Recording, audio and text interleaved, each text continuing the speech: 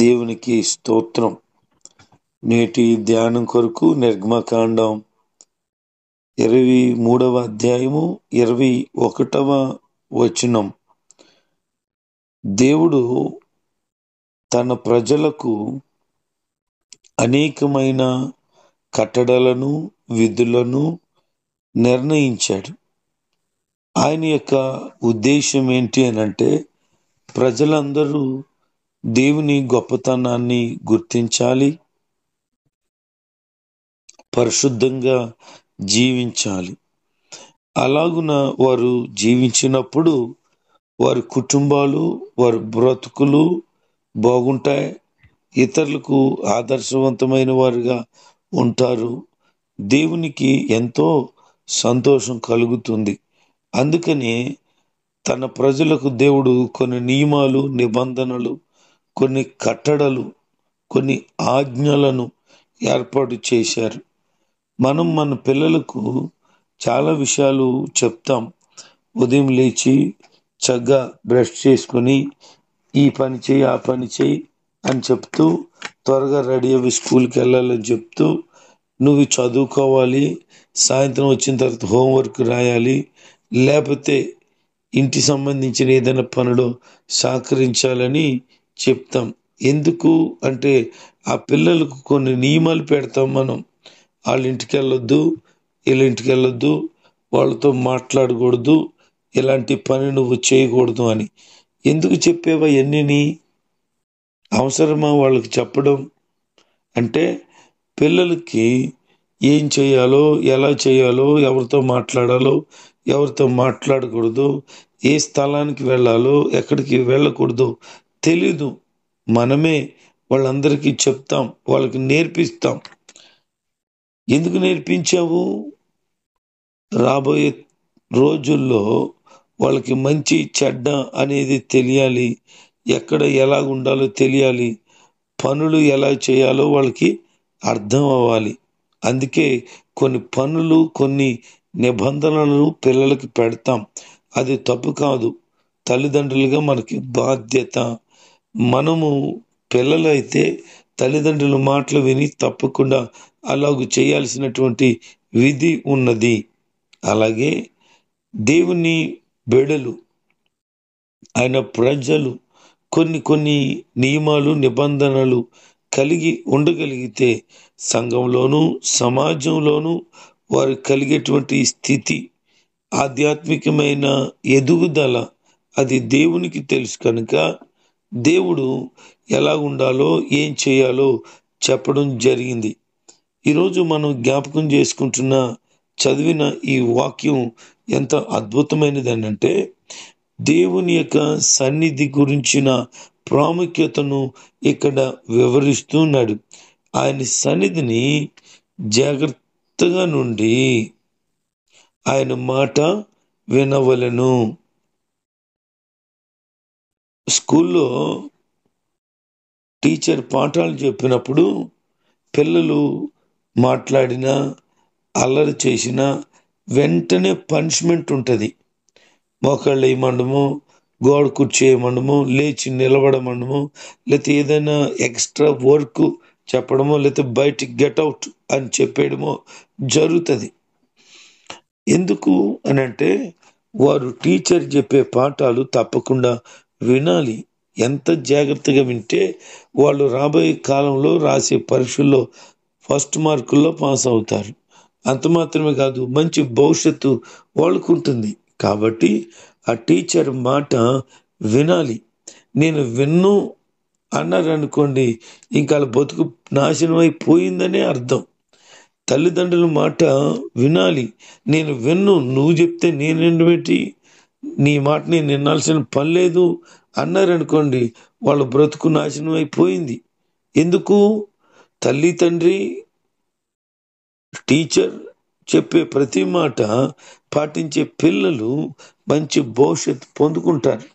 లేదు, పాటించటం లేదు, తర్వాత పర్యవసానము వాళ్ళు అనుభవిస్తారు.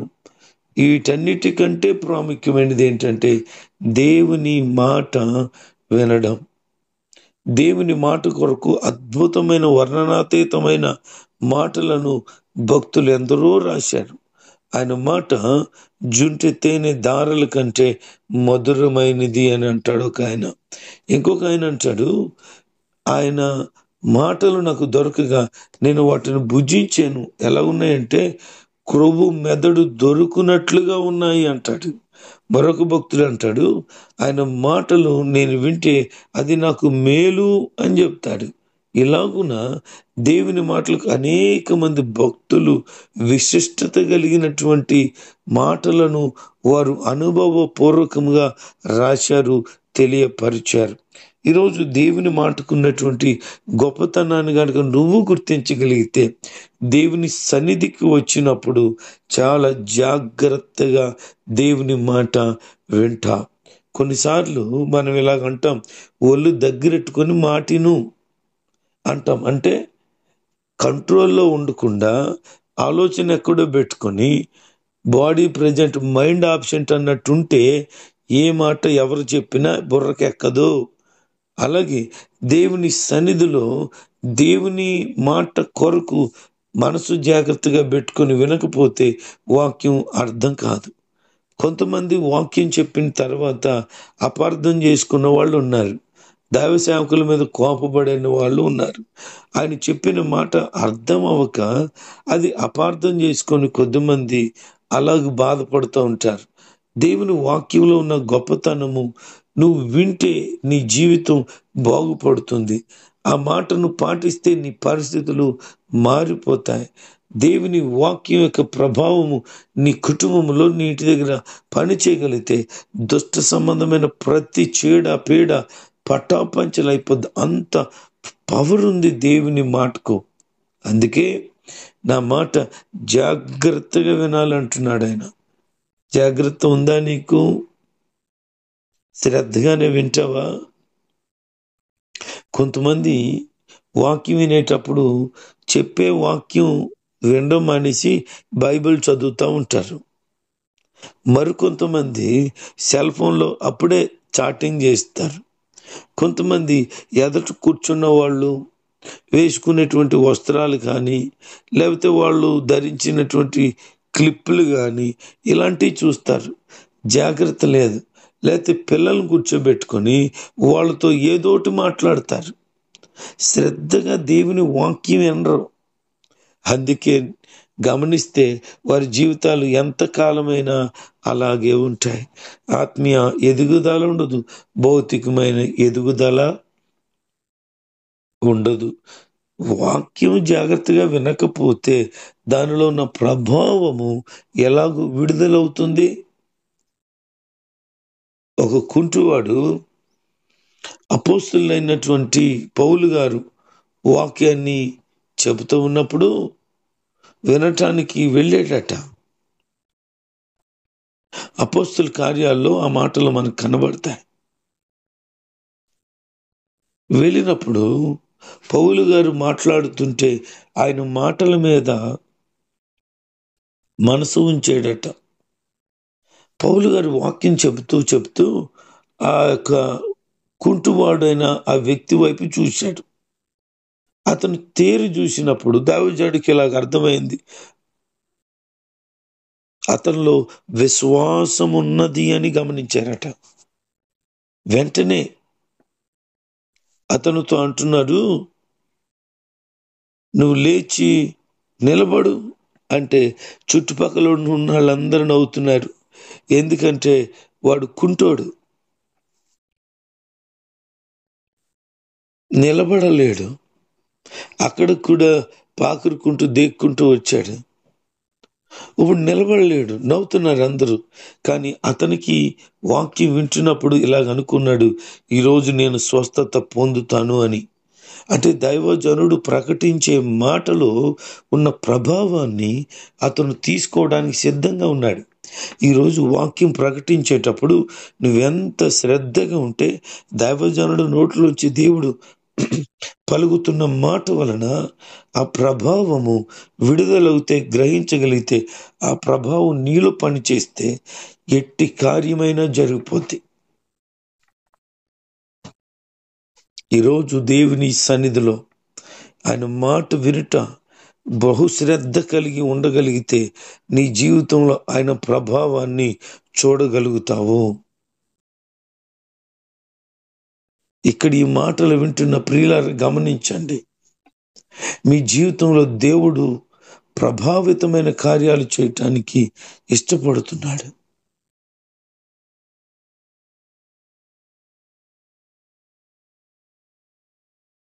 ఆ కుంటువాడిని లేచి నిలబడి చెప్పగానే వాడు దిగ్గున లేచాడట, ఎగురుతున్నాడు.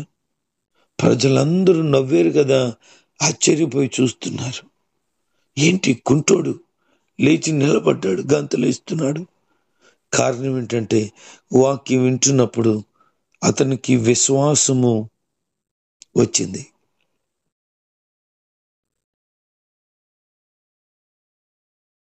వాక్యం ఇలా చెప్తా ఉంది, వినుట వలన విశ్వాసము కలుగును. అది కూడా యేసుక్రీస్తు గురించిన వాక్యం వినుట వలన అని. మరి నువ్వు వాక్యం వినేటప్పుడు విశ్వాసము కలిగి వినగలుగుతున్నావా?